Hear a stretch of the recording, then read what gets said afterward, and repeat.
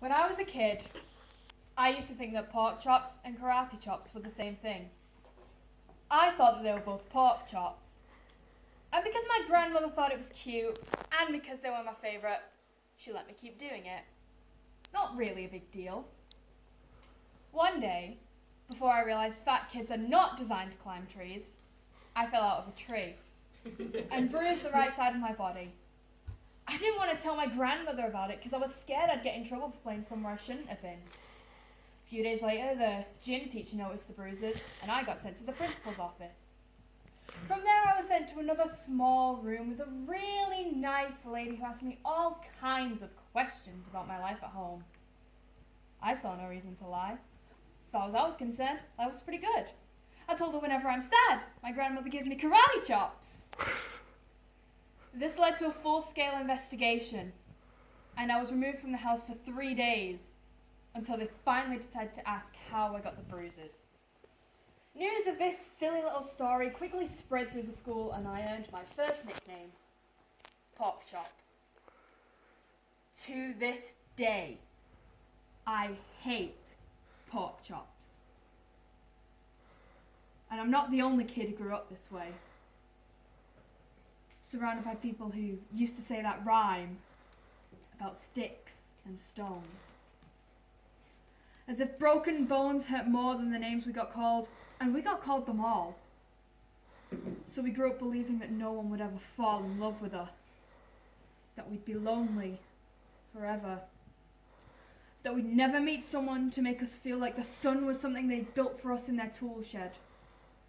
So broken heartstrings bled the blues as we tried to empty ourselves so we would feel nothing. Don't tell me that hurts less than a broken bone. That an ingrown life is something surgeons can just cut away. That there's no way for it to metastasize. It does. She was 8 years old. Our first day of grade 3 when she got called ugly. We both got moved to the back of class so we would stop getting bombarded by spitballs.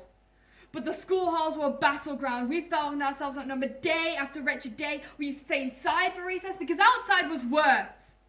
Outside we'd have to rehearse running away or learn to stay still like statues, giving no clues that we were there.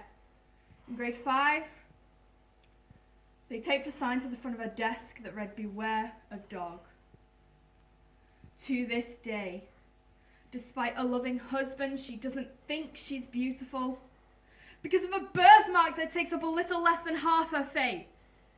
Kids used to say she looked like a wrong answer that someone tried to erase but couldn't quite get the job done.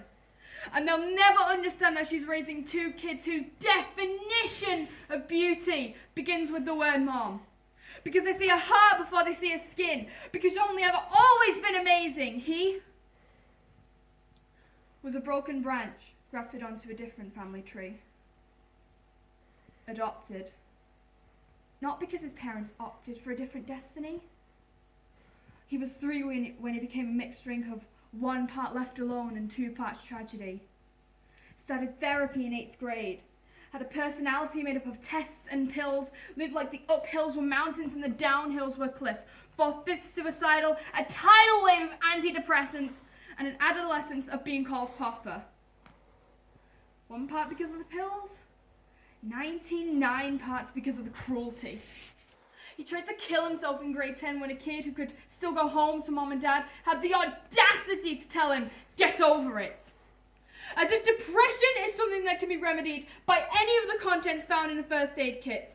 To this day, he is a stick of TNT lit from both ends. Could describe to you in detail the way the sky bends in the moments before it's about to fall. And despite an army of friends who all call him an inspiration, he remains a conversation piece between people who can't understand sometimes being drug-free has less to do with addiction and more to do with sanity. We weren't the only kids who grew up this way. To this day, kids are still being called names. The classics were, "Hey, stupid," "Hey, spaz." Seems like every school has an arsenal of names getting updated every year. And if a kid breaks in a school and no one around chooses to hear, do they make a sound? Are they just background noise from a soundtrack stuck on repeat when people say things like kids can be cruel? Every school was a big top circus tent. And the pecking order went from acrobats to lion tamers, from clowns to carnies. All of these miles ahead of who we were. We were freaks. Lobster-clawed boys and bearded ladies. Oddities juggling depression and loneliness, playing solitaire, spinning the bottle, trying to kiss the wounded parts of themselves and heal. But at night, while the others slept, we kept walking the tightrope. It was practice, and yes, some of us fell. But I want to tell them that all of this is just debris, left over from when we finally decided to smash all the things we thought we used to be. And if you can't see anything beautiful about yourself, get a better mirror. Look a little closer. Stare a little longer. Because there's something inside you that made you keep trying despite everyone who told you to quit.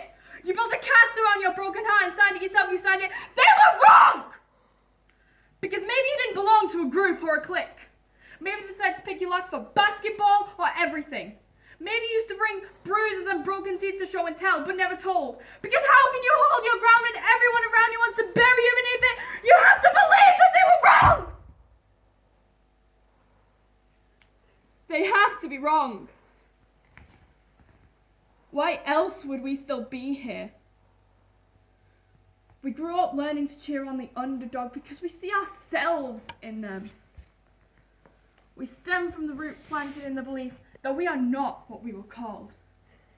We are not abandoned cars stalled out and sitting empty on some highway. And if in some way we are, don't worry. We only got out to walk and get gas. We are graduating members of the class of We Made It. Not the faded echoes of voices crying out names will never hurt me. Of course they did. But our lives will only ever always continue to be a balancing act that has less to do with pain and more to do with beauty.